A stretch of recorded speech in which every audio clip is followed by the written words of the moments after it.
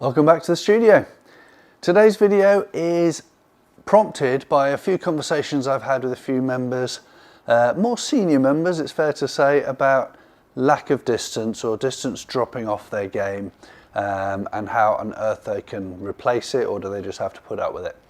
And my point of view is that you don't have to put up with it. There are things you can do about it. But I think a lot of people go about it in the wrong way, chasing the wrong things that are not age appropriate to gain speed. So today's video is going to be about increasing or maintaining your club head speed, possibly in slightly different ways than you would be used to, because a lot of the instruction out there on YouTube or whatever is geared for people who have got full athletic mobility and probably are a lot younger than the target audience of this video. So if you're in our senior section, ladies or men's, you're struggling with distance and you're on a course like ours where the carries off the tee are important, and you're reaching fewer holes in regulation than you used to, or you're just disappointed with how far the ball's going, then listen in and we'll dig around a few of the ideas that we can share in both in terms of equipment, technique, changes you're going to have to make, and dispel a few of those myths that put you in difficult places and get you thinking about all the wrong things stood over the golf ball. So first things first, before we can start to talk about how to improve your club head speed in your distance, we need to make sure that you are ready to do it. And by that, first of all, let's have a good look at your equipment. Everything we need to do needs to be geared to hitting the ball further, because rather than your technique at this stage of your life, if you're a senior golfer, distance is going to be the thing which reduces your enjoyment, your ability to score, and you're far better off hitting the ball further on in any form of golf in terms of scoring. So have a look at your equipment, and by that I mean have something which is geared to hitting the ball further. I today for myself have put together a perfect club to hit the ball as far as I can with a slow swing speed. So it's got a big chunky heavy head, loads of forgiveness on it, and a very hot surface, hot metal construction to give me lots of ball speed. Interestingly, it's got more loft than some of these distance clubs, because in order to get the ball to go a long way, it needs to be in the air and flying forwards. The longer it's in the air, the further it's going forwards. So there's been a trend in the last few years, if you like, to take loft off irons, but to the point where if you've got a very slow swing speed, the ball just doesn't fly in the air. And some of you will have experienced this, and you can no longer hit your 6 irons and things like this because there's just not enough loft on them. So I've got a high launch 7 iron here. I've also put in one of the lightest shafts I can put in a golf club. It's made of graphite. It's very, very bendy. So the lightness of the club as a whole and the shaft will allow me to swing it faster. Secondly, the flex in the club will assist with that whiplash I'm going to need through the golf ball, and the flexing to give me speed. It'll also, because it bends forward prior to impact, it'll also add a bit of launch to the ball and get the thing in the air. So if you've not got the right equipment for distance, or you want us to have a look at it, just bring it in and we'll give you some idea as to how you could improve things. You may be that in your previous, younger days, you've fancied a nice heavy stiff shaft and you like the feeling of that, but that really isn't going to help you if you're struggling for distance now. Once we've got the right kit, then we need to start thinking about our golf game and how we can suit it to generating a little bit more speed, which will transfer into distance on the golf course. And some of the things and some of the people I help with their golf game are thinking about entirely the wrong things, to the point that their swings slow down because of the number of thoughts that they're having. So this session today is going to be about freeing you up, putting you in the right frame of mind to make the faster swings, and using the parts of the body which don't require us to be in the gym every day or to be 25 years old and fully stretchy and bendy. So let me just hit one here for you and I'll show you. Around about my normal club head speed with a 7 iron is 85 to 88 miles an hour, something like that. I'm going to be swinging this at around about 60 miles an hour. I've picked that speed because that's the sort of speed we see from the slower end of our Dad's Army male golfers, and around about the average speed we see from our lady golfers. And if we can pick up that 60 miles an hour in a little way, I'll show you later how much it means, but we can then start to experience a little bit more distance, and therefore makes golf a lot easier on the course. So round about 60 miles an hour I'm going to be swinging. I want you to watch closely when I hit this as to how little body involvement there is going to be with this golf swing. Because some of you will be looking at me and going, well, he's a bit younger than me and he swings a bit better and he's a pro, etc. But watch this swing. This won't be a very professional looking swing, and see how I create this 60 miles an hour of speed. Okay, 61 miles an hour. So I've stood stock still. There was very little body movement in that at all, but I still managed to create 62, you can see on the screen there, 62 miles an hour of speed with the club head through the golf ball, which in this case is translated to 117 yards of total distance. Okay. So if you're not hitting your 7-iron nearly 120 yards, then you're not converting that speed very efficiently, because as this session goes on, I'm going to increase that club head speed a little bit and show you how you can do it, and you'll see that it is worth increasing your speed by 5 miles an hour, 10 miles an hour if we can, because it pays dividends in terms of distance. So what did I do there? Well, the part of the body that I activated the most in that particular movement was my wrists. And it's the wrists, if you think about it, that cause the whiplash effect in a swing. They make the club head go far. So with very little body movement at all, you can hear that club whistling through the ball. So many people have been taught over the years that turn's important, and it is, of course it is, but it has to be mixed with the wrist flailing action, which creates speed ultimately at the end of the operation where the ball is. If you think of flicking a tea towel, for example, there's not much body movement, but the wrists create a lag in the tea towel, which when they flick, creates an awful lot of speed at the end of the tea towel. And that's the same effect we're trying to get here with golf.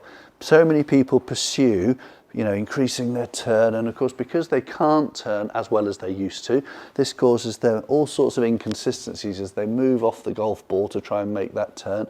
But turn without whiplash or without speed in the club head is not required. It actually just creates a big wide arc, and it doesn't go any quicker when we increase our turn unless we add to it a whiplash effect through the ball. And that's why a lot of instruction geared towards senior golfers doesn't help them. So I'll just show you again. I'm going to stand very still. You'll notice here, and I'll go into a bit more detail in a minute, that I'm going to use my wrists very, very actively through the golf ball from a short swing to hit the golf ball. Again, it didn't move from the spot. It doesn't look like a normal professional golf swing. 64 miles an hour club head speed that time, and 121 yards distance with this 7-iron, which is probably a lot more than some of you, if you're honest, are experiencing at the moment with your 7-iron. But I think we can get there if we can teach you the right things to do. I hinted at it just a second ago, but we're going to go into a little bit more detail now. The wrists and the hands are very, very important in golf anyway, but even more so as we get older and our body can't do what it used to do. Okay, and I'm experiencing that even at my age. So we need to make sure that they are activated and we encourage them to work. So I want you, as part of your practice training, do this at home. You don't need to be at a range or hitting balls or anything. Just want you to turn your club upside down and hold it on the neck of the club here. And just get used to this club whipping through the golf ball with no weight on the end of it. You can hear it, it's making a whistling sound, and that's all coming from my arm movement and my wrists unhinging somewhere near the bottom of the ball. Now, I'm heavily right-handed, and you can see that I've picked it up in my right hand, and it's quite easy to do with my right hand. If I try to do it with my left hand, it's much harder to create the same speed. Yeah? It's a bit of a struggle. It's not as coordinated. So we need to pass some of this job, if you like, of releasing the club to our right hand. And that's not a bad thing either, because a lot of instruction will tell you that the right hand is it's just a passenger on the golf club. But as we get older, it needs to take on more responsibility for the job. So when we put them together and we turn the club the right way up, I want you to practice at home getting the club fully cocked with your wrists by the time your arm is parallel with the ground. Okay, so it makes a nice 90-degree angle here, and then unhinging through the ball so that we get the same movement on the other side. And I've got my 90-degree angle back again. That will be a little bit more wrist movement than some of you are used to, and something that some of the modern instruction on YouTube you'll see will not want you to do through the ball. But again, this is age appropriate teaching, and for those who want distance, we'll have to use the wrists to get that whiplash through the ball as best we can. There are other changes as well. So, and again, this will feel and sound a little bit strange, but as we get older and the body is less involved in the swing, our swing needs to become flatter. It needs to become more rounded around our body here, because our turn will be decreasing. If we had a modern Justin Thomas day golf swing up here, we need the body to be super active to lag the club to create that lag and distance. That's not going to happen as we get 70 plus years old. And you will see on any seniors tour around the world that the modern day senior tour professional does not swing like that either. The swing has to become more rounded as it shortens, so that we can generate speed in a purely rotational way and let our wrists work. Okay? This will also fall into line with your right hand being a bit more active through the shot, and we're going to see some draw spin on most of the shots that you hit if we get this correct. If you're not used to drawing the ball, or you think it's been impossible for many, many years, I swear to you it isn't. Just come and get some help for a few minutes with us, and we'll have you drawing the ball with using a lot of wrist action in absolutely no time. So I'll just move the camera before I show you a couple of swings now and show you how flat I'm swinging these sort of half swings to get the most out of my 60, 65 mile an hour golf swings with a 7-iron. So here we are down the line now of this next shot that I'm going to hit, and I'm going to show you that normally my golf swing would be hit all, or try to hit most of the common factors that we see in golf tuition now, with the club being down the target line halfway back, and then the club raising up above shoulder height with my arm on plane with my shoulders, etc, etc. When we get older and the body movement doesn't support that, we're going to have to change things, okay? And I don't want you to think this is wrong or fight against it in any way. I want you straight from the off to start making a rotational movement away from the ball, and then I want you to hinge the wrists, and you'll see that this swing is now a lot deeper and a lot lower around my body, because that's about as far as some of you can swing, and that's plenty of loading on the way back to create 65, 70 miles an hour of clubhead speed, which is going to make a difference. So let's show you one again. I've stood fractionally further away than I would do for my normal shot to create this for you. So again, that's another thing you might want to think about when you go to the range next. Here, and I'm going to swing the club round and short so that I can get a nice flat swing and use those wrists. So round and short. Okay. So that one, a little bit quicker, 69 miles an hour that one, but still well below my speed. Nice flat swing. Total distance, 137 yards. So I'm still below 70 miles an hour and nearly up to 140 yards with my 7-iron. And that's kind of where I think I can get most of you, as long as I can get you to swing at 60, just under 70 miles an hour. But have a look at some figures here, which I did. I did a whole lot of hitting before I ran the video here. I've done 60 miles an hour, 65 and 70 miles an hour, all with the same golf club. And I've put the results up to show you really what difference, if we can increase you by 5 miles per hour, what you might expect to see on the golf course. So let's have a look at these figures together. Here we go. First of all, just to show you, same 7-iron with every series of shots, 60, 65 and 70 miles an hour, and you can see that over my averages they were pretty tight, 60 and a half, 70, 65 and a bit and 70 and a bit. And let's now have a look how that converted to what the actual ball did. So we're only really interested in this column here, which is the total distance, and you can see swung at 60 miles an hour, we averaged 117 yards total. When we increased it by 5 miles an hour, we gained 16 yards, 3 yards approximately per mile per hour, to 133. And I think you'll all agree that would make a big difference on course if all your irons suddenly started going 16 yards longer. And then the next 5 mile per hour increase resulted in slightly less reward. which is only 11 yards difference. The reason being that as we hit the ball harder and faster, it creates more spin. More spin actually slows the ball up, although it gives it a nicer flight.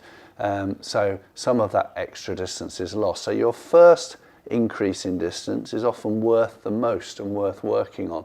So to increase from 60 to 65 is very, very achievable, very straightforward. And I reckon I could achieve that with most people. And if we could increase your distance from 117 to 133 as a result of that, I think you would find that beneficial.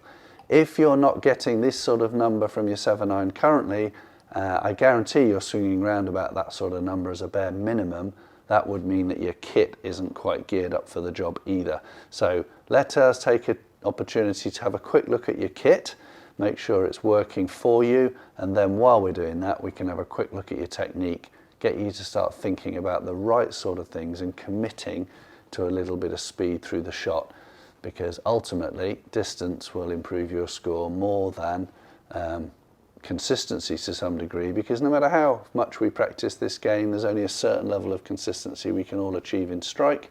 But if your average shot length is longer, you will reach more greens in regulation and you will score better and enjoy it more. So as a final recap on this video, I cannot exaggerate enough how important it is to drop some of the swing thoughts you've been thinking about, for those of you who get a little bit tied up in things, and concentrate on the important things. Get really involved with how fast this end of the club is going, to the point where you can practice it in your garden. You don't need to have a golf ball, just practice generating some speed through the hitting area, using your hands and arms more than they've ever been used before, because they are the vital ingredient to creating that speed through the golf ball. The amount of turn you can add towards that is a bonus. So if you find yourself, you'll find that actually by doing that movement anyway, it encourages your body to join into the level it can. Here I've got about a 45-degree turn. If we've got any more than that, that's when we can start looking into the 70+ mile/hour category for iron head speed. And once you get to that level, then we're looking at 150-yard 7-irons, which, you know, some of you won't have hit for some time. So stand a little further away from the ball, encourage and allow yourself to swing the club a little bit flat around your body, and use your wrists and arms as much as you can through the ball to generate that tea towel flicking movement through the golf ball. So we can start to generate a little bit more speed. This club's nicely geared for speed and working at this speed here. Nice high launch, easy to hit. The wide sole, because of the flatter swing, means that you're going to interact with the ground better as well, and the ball will slip off. And we can start to expect you to hit your 7-irons that little bit further and throughout the bag as well, especially with driver. And there we are. So I hope that's helped.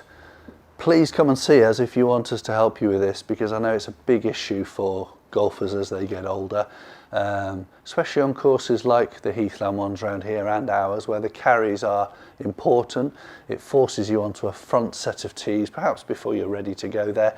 So come and have a look at what we can do for you in terms of technique primarily, and just give your kit a once over to make sure it's helping you out. Thanks for watching. Hope this helped. See you again soon.